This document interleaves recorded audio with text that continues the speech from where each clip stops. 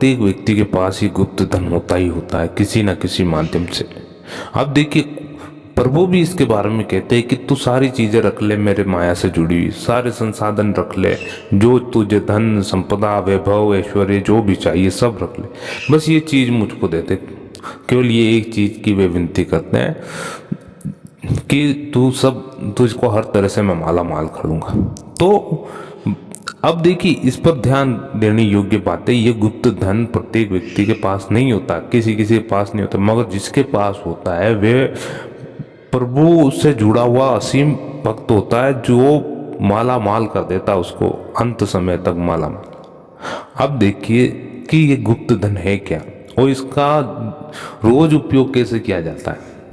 देखिए, गुप्त धन उसको कहा गया है जो भीतर बैठा हुआ है आपके निरंतरता से उस, और भक्तगण जो साधक ऐसे है जो निरंतरता से उसको बढ़ाए जा रहे हैं। काफी लोग ऐसे हैं जो इस गुप्त धन को बढ़ाए जा रहे हैं, इन्वेस्टमेंट ऐसा कर रहे हैं कि उनके सालों साल अमर अजर हो जाएंगे वे एक तरह से इस धन के कारण। वो कौन सा गुप्त धन है? वो है नाम जप का धन, जो निरंतरता से आपके भीतर चल रहा है, उसका बार बार स्मरण करके उस जगह बार बार ध्यान लगाने से, उस जगह उसके बारे में सोचने से वे आपका धन बढ़ता रहता है। ये चीज आपको करनी है। देखिए, प्रभु भी यही चीज कहते हैं कि तू मेरे माया से जुड़ी, मेरे संसार से जुड़ी जितनी भी चीजें तुझको चाहिए तू लिए ले ले, बस तू एक बार मेरा नाम ले ले किसी भी माध्यम से, मैं तुझको वहीं आके बचा लूंगा, कैसी भी परिस्थिति हो उस परिस्थिति से तुझे बाहर निकाल लूंगा। बस इस चीज का तू ध्यान रखना। प्रभु कहते हैं कि तू मुझे समर्पित कर दे हर चीज, तेरा हर कार्य, तेरा हर जो भी कार्य है, हर प्रकार की तेरी जिम्मेदारी मुझे समर्पित कर दे, फिर देख मैं उस जिम्मेदारी से उस कार्य को कैसे सफलतापूर्वक पूर्ण करता हूँ।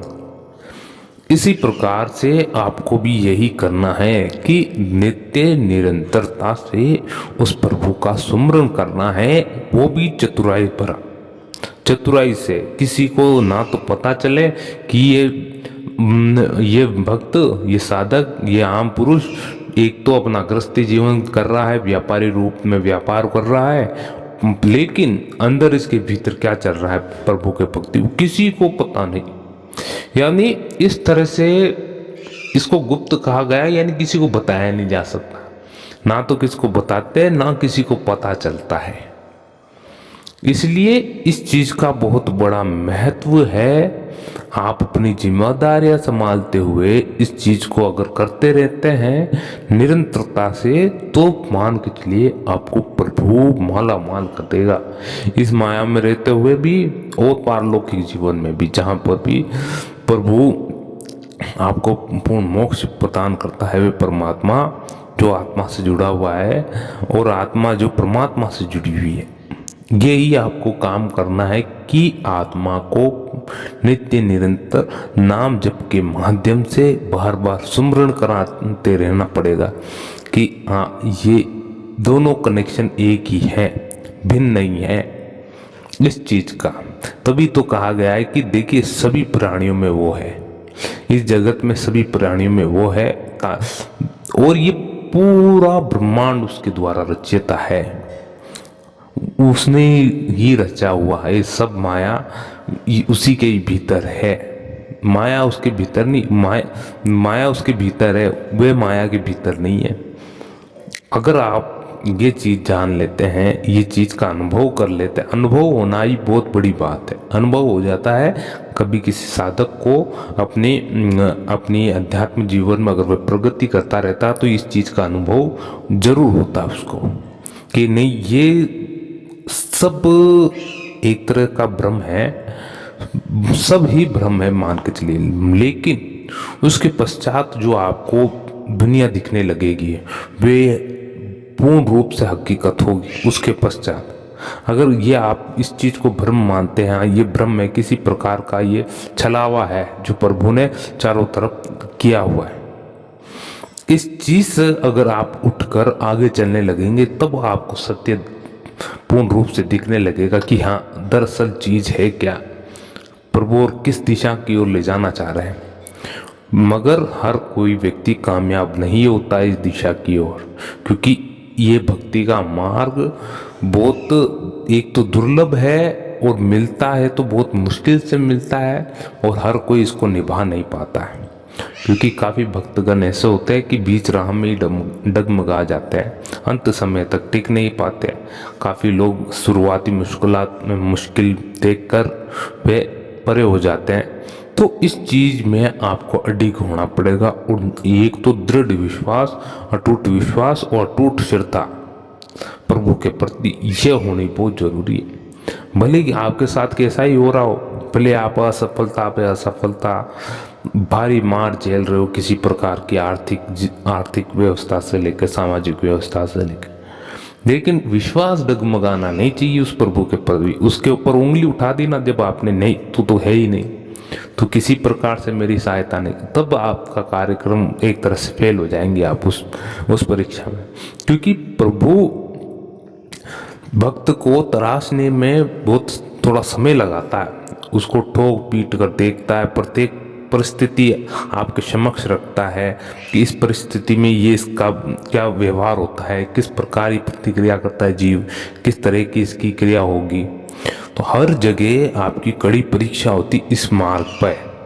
ये आपके दिमाग में फिक्स होना चाहिए, क्योंकि आपने देखिए मांग किसकी करते कि मुझको परमात्मा चाहिए, भगवान के दर्शन चाहिए।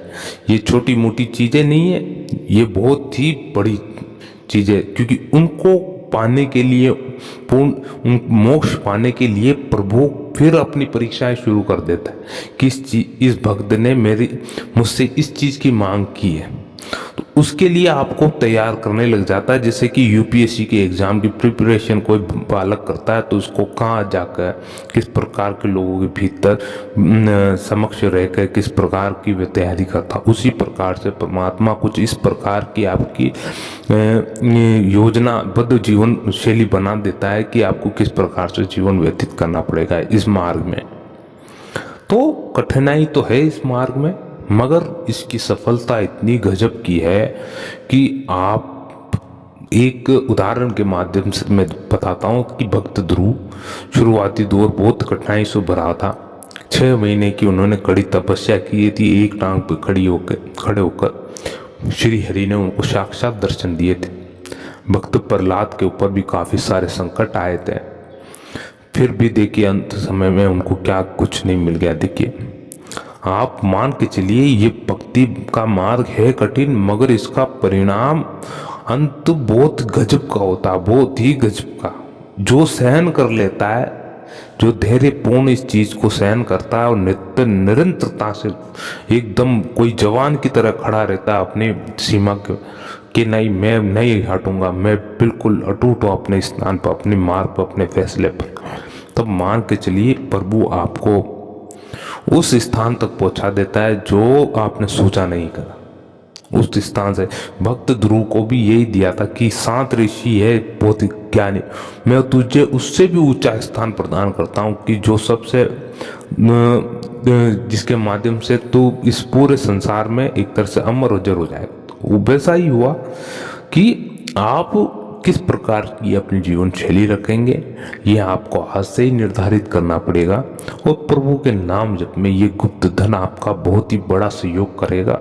इसलिए कहा जाता है इसको नित्य निरंतरता से इसका भजन करे, कीर्तन करे, किसी भी माध्यम के माध्यम से। जरूरी नहीं है जैसे कि कोई राम राम राम कर रहा है तो उसको राम राम राम ऐसे ही करे, उसका कीर्तन कर ले, राम का नाम, उसकी लीलाओं का वर्णन करते रहे नित्य निरंतरता, किसी भी प्रकार से पर भजते रहे, अपना आपको उस चीज़ का सुमरण करते रहे कि इसी के अधीन हम हैं, इसी के अधीन हम हैं, पूरा जीवन इसी के अधीन रहेगा और प्रभु को ही समर्पित है पूर्ण रूप से अपना जीवन। ये प्रकार आपको अपने आप को सुमरण कराते रहे, मन को भरमाते रहे कि हाँ यही है आपका मालिक, ये प्रभु ही आपका मालिक है। मन को उसी तरफ बार बार आपको ये अभ्यास के द्वारा ही आपको करना पड़ेगा। जब तक आपका जब अभ्यास अटूट हो जाएगा तो आप जब अंतिम समय पर होंगे तो मान के चलिए आपका मन किधर भी नहीं भटकेगा, उस प्रभु की तरफ ही जाएगा। तो ये आपको वीडियो कैसा लगा जरूर कमेंट करके बताएं, और अगर वीडियो अच्छा लगा हो तो लाइक शेयर सब्सक्राइब कीजिए हमारे चैनल आत्मा का सफर। मिलते हैं अगले वीडियो में। जय श्री राम। ओम नमो भगवते वासुदेवाय।